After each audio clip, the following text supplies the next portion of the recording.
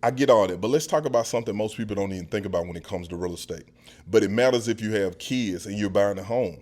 If you're a single man or a single woman purchasing a home, you want that home to go to your kids one day when you no longer here.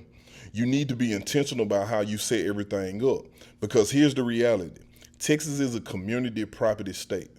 So if you get married later, certain rights can come into play depending on how the home was owned and how the finances was handled.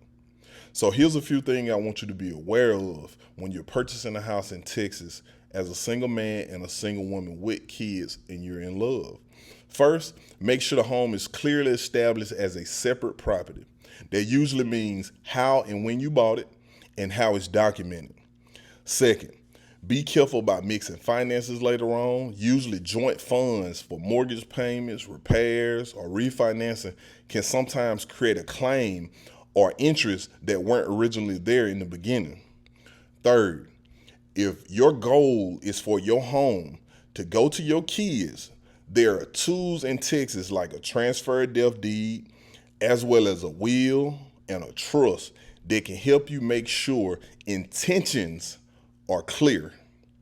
Fourth, if you plan to remarry, many people choose to have conversations around things like prenuptial agreement so everyone understands what belongs to who.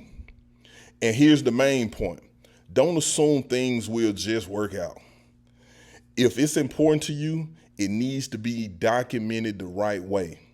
I'm not an attorney, I'm a real estate agent, but I work alongside great title companies, legal professionals who can help make sure your ownership and long term goals are set up correctly.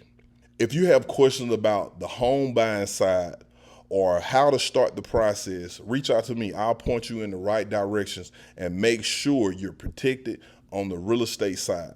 I know y'all realtor ain't told y'all nothing, but I'm gonna make sure I be here for y'all. I'm your favorite country cousin, DeVaris Bell. Hope y'all have a great day.